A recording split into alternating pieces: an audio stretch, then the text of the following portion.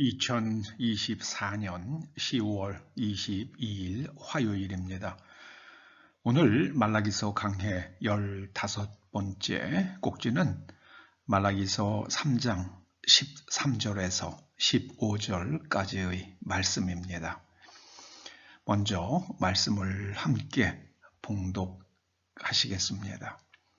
여호와가 이르노라, 너희가 완악한 말로 나를 대적하고도 이르기를 우리가 무슨 말로 주를 대적하였나이까 하는도다. 이는 너희가 말하기를 하나님을 섬기는 것이 헛되니 만군의 여호와 앞에서 그 명령을 지키며 슬프게 행하는 것이 무엇이 유익하리요. 지금 우리는 교만한 자가 복되다 하며 악을 행하는 자가 번성하며 하나님을 시험하는 자가 화를 면한다 하노라 함이라. 불신앙의 사람들, 불신앙의 사람들, 이런 제목으로 말씀을 상고해 보시겠습니다. 신앙의 첫째는 순종입니다. 하나님께서는 사무엘 선지자의 입을 통해 말씀하시기를 순종이 제사보다 낫다 하셨습니다. 신앙의 둘째도 셋째도 순종입니다. 예수님께서는 십자가에 죽으시기까지 순종하셨습니다. 하나님께 순종치 아니하고 자신의 생각을 끝까지 고집하는 것이 바로 하나님을 대적하는 태도입니다. 마음의 태도가 이렇게 완악해지는 것은 하나님을 믿는 이유가 이해 득실에 있기 때문입니다. 하나님을 믿어서, 하나님을 섬겨서 우리에게 잘된 게 뭐가 있느냐? 다 허사가 아니냐? 이렇게 말하는 시대였습니다.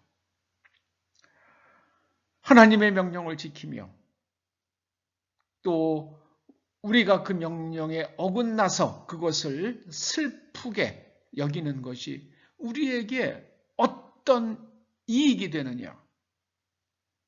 사람들이 그렇게 생각했습니다. 말라기 선지자 시대에 사람들이 그렇게 생각했습니다. 사람들이 이렇게 생각하죠.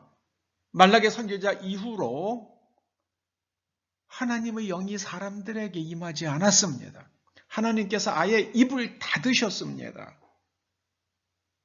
사람들에게 말씀하지 않으셨어요. 듣지 않고요. 자기 생각만 고집하고요. 그러니까 하나님께서 말씀하지 않으셨습니다. 말라기 선지자 이후 세례 요한까지 수백 년 동안 하나님의 말씀이 그치잖아요.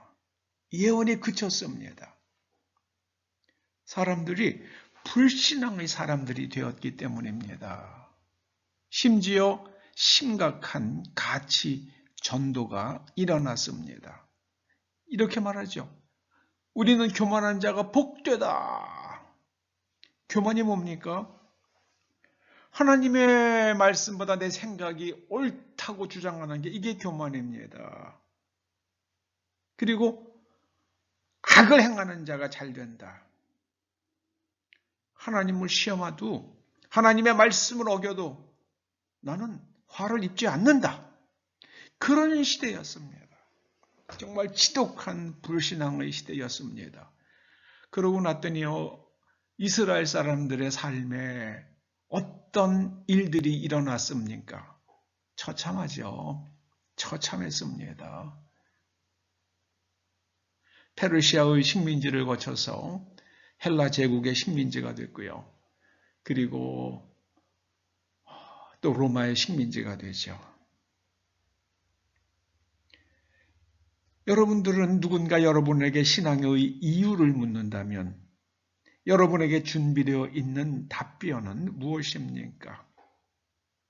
어떤 사람들은 하나님을 달달 외우는 게 그게 신앙이라고 착각하기도 합니다. 하나님을 하나님의 말씀을 달달 외운들 그 말씀을 따라 살지 않는다면 무슨 소용이 있겠습니까? 율법 전설을 다른 전체를 외워서 사법시험에 수석 합격을 한다 하더라도 법을 지키지 않고 산다 그러면 그게 무슨 소용이 있겠습니까? 법대 교수를 하면 무슨 의미가 있겠습니까? 법을 지키지 않는데요. 양심이 없는데요. 여러분, 신앙의 본질은 말씀에 일치하도록 내면을 재구조화하는 겁니다. 이게 체다카예요. 이게 공의입니다. 말씀에 일치하도록 내면이 재구조화되어야 돼요. 그리고 다른 사람의 정당한 권리를 헤아리고 지켜주는 마음의 태도, 그런 행동, 그렇게 사는 것, 이게 미슈파트입니다. 여러분, 가인을 생각해 보시자고요. 하나님께서는 죄가 네 문 앞에 엎드리지만 너는 죄를 다스리라 그러셨잖아요. 그러니까 죄에 지지 말고 죄를 제어하라고 그러셨잖아요. 그런데 가인은 그러기는커녕 동생을 유인해서 돌로 쳐서 죽이고 말았죠. 가인은 하나님의 말씀에 순종하는 대신 자신의 감정, 자신의 생각으로 동생을 돌로 쳐서 죽였습니다. 인류는 가인의 후예들이에요. 참 지독하죠. 지독합니다. 이 불신앙을 어쩌면 좋을지 모르겠어요.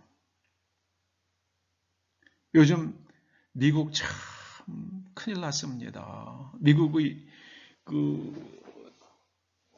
대통령 후보 말하는 거 보니까는요, 정말 민주당이 그렇게 국경 다 무의미하게 만들어 놓고 나서 내가 대통령이 된다면은 국경을 잘 지키겠다고 말하잖아요. 저는 머리가 아프더라고요. 그런데 그런 후보를 지지하는 미국 국민의 40%나 된대요. 미국 저거 어떻게 하면 좋을지 모르겠어요. 뭐 한국은 다른가요? 한국도 마찬가지입니다. 정말 가슴 아파요. 정말 가슴 아픕니다. 여러분, 이 시대는 불신앙의 시대요. 이 시대의 사람들은 불신앙의 사람들입니다. 이 시대에서 우리가 살아가는 방법은 하나님께 순종, 또 순종, 또 순종하는 겁니다. 그리고 하나님 앞에서 겸손한 겁니다.